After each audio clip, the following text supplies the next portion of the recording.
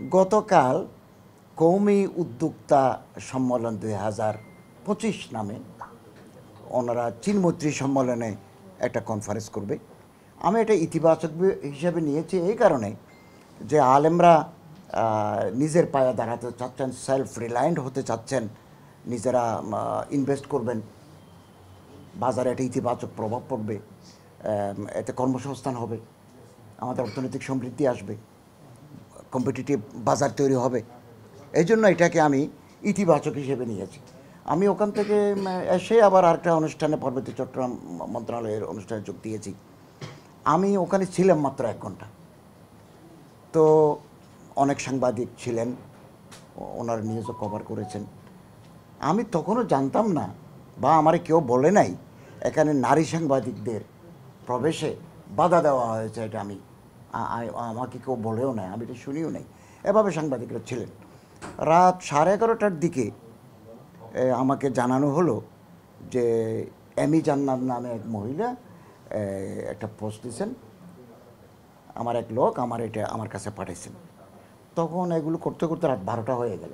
আমি প্রয়োজনে এমি জান্নাতের সাথে কথা বলতাম, কিন্তু রাত গভীর হওয়ার কারণে তাকে আমি আর যোগাযোগ করতে পারি নাই। আজকেও এটা নিয়ে ফেসবুকে নানা কথা হয়েছে।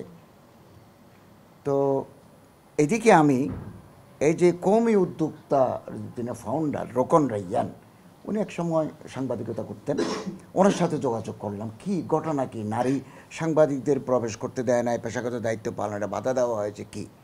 উনি একটা লিখিত ওনার স্বাক্ষর করা আজকে সকালে এটা পাঠিয়েছেন, আমি আপনাদের একটা কপি দেব।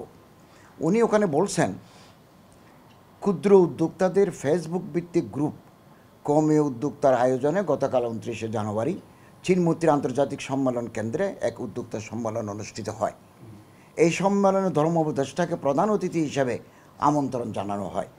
তিনি আনুমানিক বিকেল 5টা 15 অনুষ্ঠানের স্তরে উপস্থিত হন। এমি জান্নাত নামে একজন নারী সাংবাদিককে অনুষ্ঠানে প্রবেশ করতে দেওয়া হয়নি মর্মে তিনি ফেসবুকে পোস্ট করেছেন। আমাদের জানা মতে অনুষ্ঠান আয়োজন সংশ্লিষ্ট কোনো ব্যক্তি থেকে এরূপ কোনো ঘটনা ঘটেনি।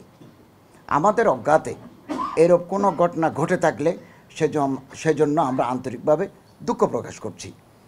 এ ধরনের কোনো ঘটনার দায় কোনোভাবে অনুষ্ঠানের প্রধান অতিথি ধর্ম উপদেষ্টার নয়। এরূপ কোনো ঘটনার জন্য ধর্ম উপদেষ্টার উপর দায় চাপানো অনাকাঙ্ক্ষিত, দুঃখজনক। কওমি উদ্যোক্তা কখনোই নিউজ সংগ্রহ বা কর্মস্থলে নারীকে বাধা দান করেনি, আগামীতেও করবে না। উল্লেখ্য, চ্যানেল আইয়ের এক নারী সাংবাদিককে আমাদের একজন ভলান্টিয়ার নিজে রিসিভ করে অনুষ্ঠানে নিয়ে গেছেন এবং তিনি অনেকক্ষণ থেকে নিউজ ও ফুটেজ সংগ্রহ করেছেন। রোকন রাইয়ান, ফাউন্ডার, কওমি উদ্যোক্তা। আমার মনে হয় এই কথার পরে আর এখানে আর কোনো বিতর্কের অবকাশ নেই। আমি তো জানিও না, আমার কেউ নলেজও দেয় না। আমি রাত 11:30টার দিকে এটা প্রথমে ওনার ফেসবুক জানতে পারলাম।